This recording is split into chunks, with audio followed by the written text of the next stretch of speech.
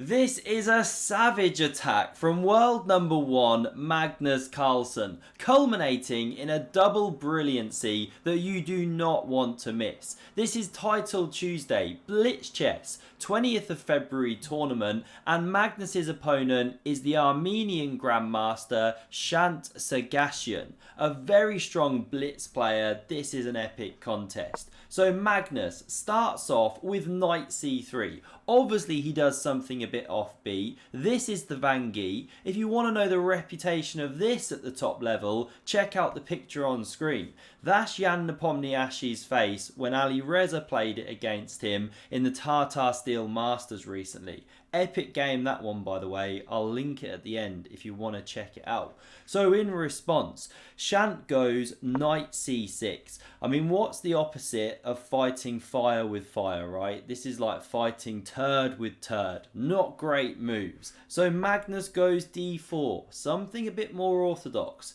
d5 in response. And Magnus is like, nah, we can't have a normal game here. I'm not going bishop f4 or something, a Jabava London. I'm going e4. Let's gambit a pawn. And it's accepted. That is the way to go. Now, the engine approved move here is d5. Does Magnus play it? No. Now he goes bishop f4, combining different ideas. Now you can take the pawn on d4 here, but then this pawn is loose. Different game. So black defends the e-pawn here. Magnus pushes forward, kicks the knight into b4, pawn under fire, about to drop. So bishop c4 played to cover that one. And the best move far and away for black here is pawn to e6. Because you get some kind of exchange, bishops coming off, a mangled structure for black, yes. But this knight can get back into the game if you go a3. And black is a pawn to the good, even if the queens come off, that kind of thing. But not played.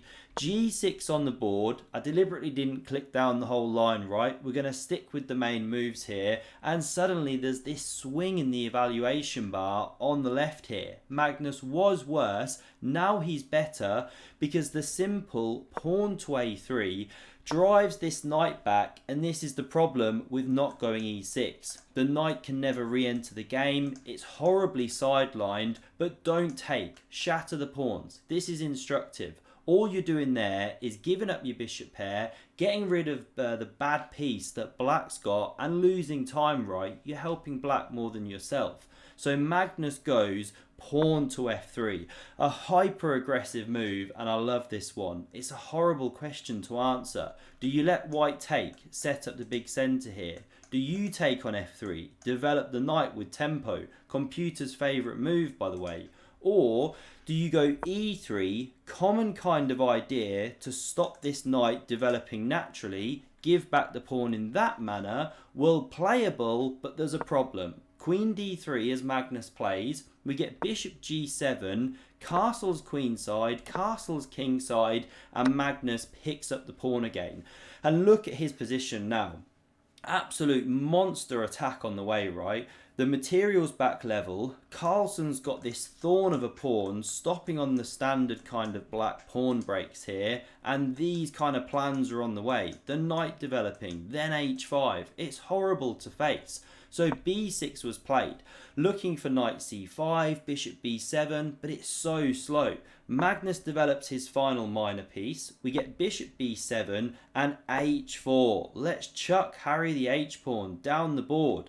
Knight c5 played and h5. Magnus doesn't even prepare it with g4. You know, what if knight captures? Well, yes, you can take with the rook, smash up the structure, or you can even just slow play it. Bishop h6, g4 on the way, that sort of thing. At the end of the day, you've just opened a file for the attacking white pieces. It's awful. So the pawn wasn't captured.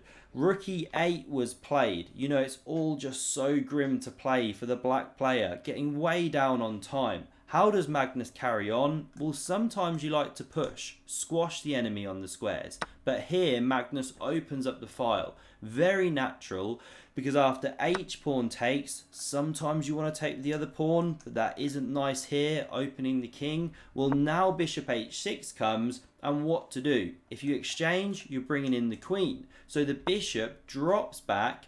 Magnus goes knight g3, bringing another attacker in. a6, it's woefully slow, the counter-attack for black, but it doesn't matter. The game's over. Magnus ruining the guy here. This is the moment where he unleashes a double brilliancy. It's almost as epic as watching chess grandmaster Christian Kurilla advertise a market-leading product for below-the-belt grooming, the Lawnmower 3000. Every man knows the fear of that close shave just down below the waistline, but with the Lawnmower 5.0, I've managed to checkmate that fear.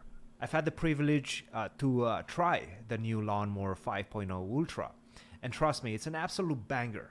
It's a game changer.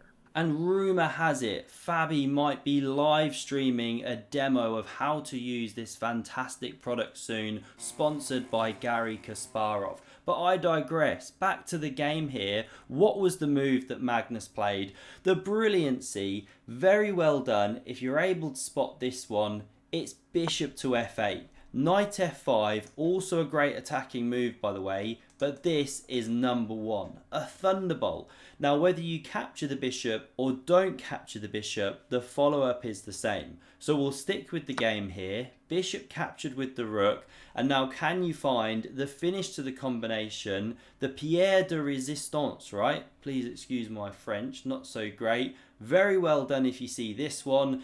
It's rook takes on h8. The rook, right? I'm not going to start screaming that. It'll kill your ears on the mic. I need to get some sound panels in here. It's why the volume's often low. I get way too much echo.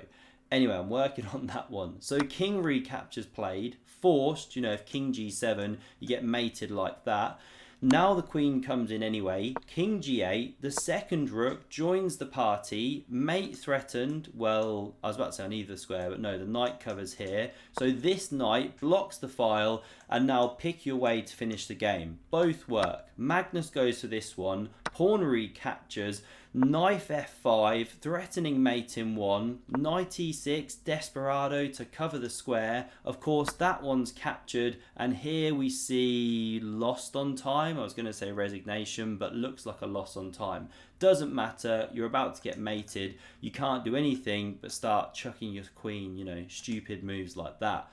Brutal, ruinous, savage attack from Magnus Carlsen. And if you want to see a very similar attacking kind of game from Ali Reza, check out the video on screen.